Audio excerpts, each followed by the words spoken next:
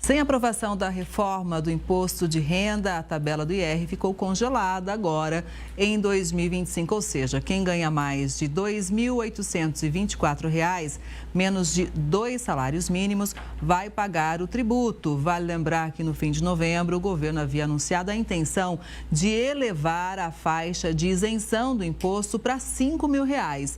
Mas a proposta ficou para esse ano. Então, para analisar o tema, a gente faz conexão agora com o economista e professor da Faculdade do Comércio, Rodrigo Simões. Boa tarde, Rodrigo. Claro que esse adiamento prejudicou quem ganha menos, né? Tinha uma esperança ali de um alívio com o leão.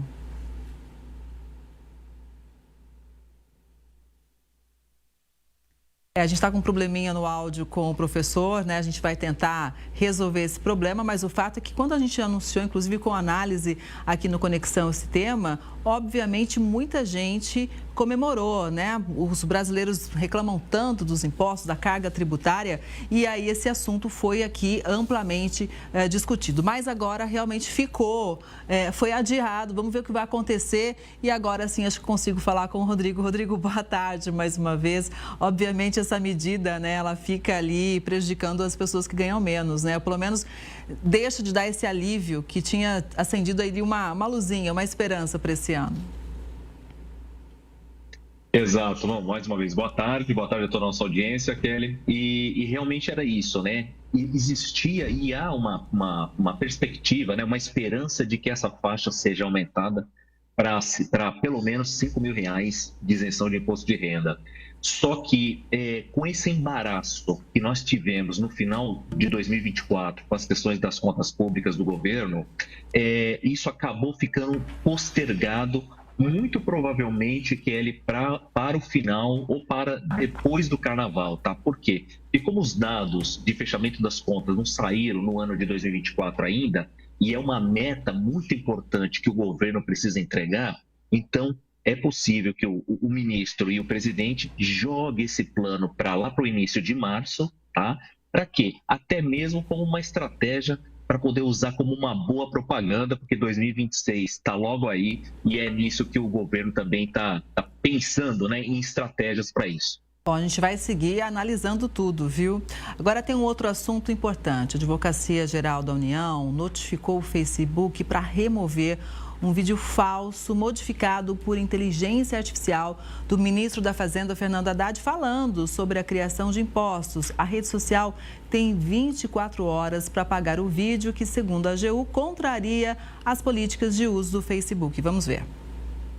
A Advocacia Geral da União alegou que a postagem contém informações fraudulentas, que além de não condizerem com a realidade, tem o objetivo de confundir as pessoas. O vídeo modificado atribuiu ao ministro fala sobre a criação de novos impostos, incluindo taxas sobre as transações via Pix e sobre animais de estimação. O Facebook ainda não se manifestou. O ministro da Fazenda gravou um vídeo oficial desmentindo as informações falsas. Imposto sobre Pix, mentira. Imposto sobre quem compra dólar, mentira. Imposto sobre quem tem um animal de estimação, mentira. Fake news prejudica a democracia e traz uma série de insegurança para as pessoas. Mas em relação ao Pix, por exemplo, toda essa confusão, né, aconteceu também porque a Receita Federal vai apertar a fiscalização para transações financeiras acima de R$ 5.000. Vamos entender então, Rodrigo, quais são essas regras, o que muda de fato, né, uma vez que o ministro acaba de dizer que não vai ter cobrança de imposto. Bom, vamos analisar, Kelly, da seguinte forma e principalmente analisar o que o secretário da Receita Federal, né, o Robson Barreirinhas, ele acabou comentando numa audiência ali pública, uma entrevista que ele deu. As informações nossas de movimentações financeiras, tá? De cartão de crédito, de Pix, de faturamento das empresas, tudo, isso já vinha sendo enviado há muito tempo atrás, tá? Desde o ano de 2003, 2004, através do SPED, que é o Sistema Público de Escrituração Digital, que as empresas têm que enviar essas informações para o governo. Só o que acontece? Essas informações têm caído no olho da Receita Federal, por quê? Porque existe um pequeno grupo, tá, de pessoas e empresas com movimentações muito acima do normal e do histórico que elas vinham fazendo, e isso tem chamado a atenção da Receita Federal para que, de acordo com o problema da evasão fiscal. O que é evasão fiscal? É praticamente a questão da sonegação. Então, o Robson Barreirinhas deu esse discurso falando que, a princípio, eles querem entender isso de perto, tá? Olhar como funciona. Ele deu, né, por afirmação que não existe a intenção de cobrar imposto nenhum, mas sim, se ficar claro que para esse grupo que movimenta valores muito acima e que não é declarado no IR, seja da empresa ou seja da pessoa física, isso pode vir assim a ter uma cobrança, tá, Kelly? Então as pessoas podem ficar calmas nesse momento, tá? Isso, a gente tem que acreditar também no próprio representante da Receita Federal e do ministro, mas existe sim um pequeno grupo que, com muitas contas de telefone celular, acaba criando várias contas de Pix. E a Receita fica um pouco perdida, eles querem olhar mais de perto.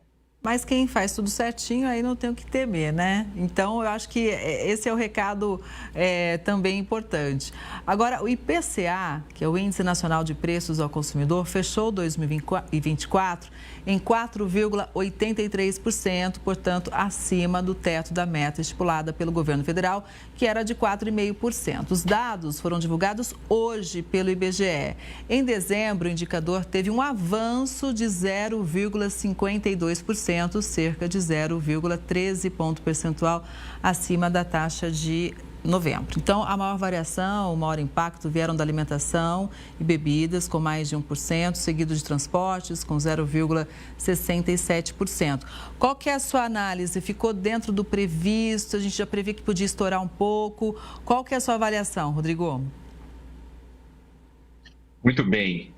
Kelly, nós aqui da Faculdade do Comércio já estávamos esperando, tá, que a meta não fosse batida por diversas questões que nós passamos esse ano. E a nossa audiência, só para recordar, nós tivemos a questão, né, de queimadas, problemas climáticos, tá? O excesso de chuva em algumas regiões, o excesso de calor, de seca, tá? O nível dos reservatórios de água deram uma boa oscilada, e também existe muitas questões geopolíticas que acabaram deixando o cenário um pouco confuso, e aí também contribuiu para a subida do dólar, que impactou na inflação do brasileiro.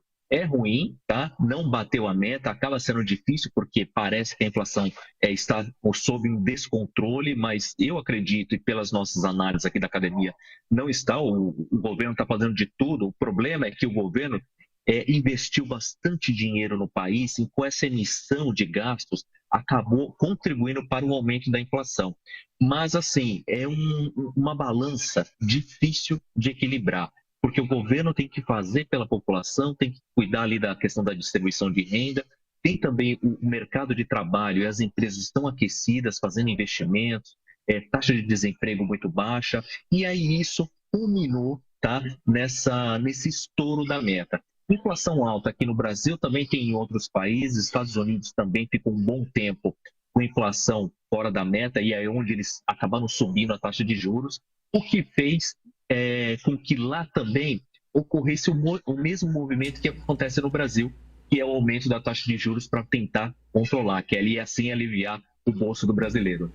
Bom, você comentou do dólar, então vamos falar sobre a moeda norte-americana. O dólar fechou a quinta-feira em R$ 6,04, o que representa o menor valor em quase um mês, desde 13 de dezembro. Hoje, a moeda norte-americana se mantém praticamente nesse patamar. A que se deve, então, essa queda nos últimos dias? Agora, há pouquinho estava a 6,03. Bom, sobre o dólar, nós podemos entender o seguinte: em economia, né, e no mercado, a gente dá um nome chamado semana esvaziada. O que significa isso? É uma semana com poucos indicadores, com poucas movimentações relevantes na economia, e faz com que os investidores acabem reorganizando a sua carteira de investimentos, o seu portfólio, que é onde eles costumam redistribuir as aplicações. Então, a gente teve ontem boa parte do período no mercado norte-americano fechado devido ao funeral do ex-presidente, né? E também aqui no Brasil, teve também muitas poucas divulgações de dados relevantes. Por isso que o dólar se manteve em estabilidade, tá? E para essa sexta-feira, ele vai ficar praticamente próximo da mesma cotação ou possivelmente com uma leve queda. Isso reflete questões, por exemplo, o dólar vinha aumentando por pressões, seja no mundo inteiro, custos de produções aumentando, as declarações do Donald Trump, que confunde muito o cenário, deixa a gente muito confuso sobre que estratégia utilizar, e isso também tem prejudicado bastante as empresas, principalmente as empresas que importam, né, que precisam comprar dólares para trazer produtos para o Brasil. Então, assim, é uma semana que foi mais tranquila, por isso que nesses últimos 2 ou 3 dias o dólar vem arrefecendo um pouco, dando uma certa tranquilidade para a gente. A gente vai continuar acompanhando com certeza, contando sempre com a sua análise. Rodrigo, muito obrigada, viu? Por sempre estar aqui com a gente, nós aprendemos muito. Um ótimo fim de semana. Kelly, eu que agradeço a toda a nossa audiência. É sempre muito bom tentar esclarecer as notícias da economia para a nossa audiência do Conexão.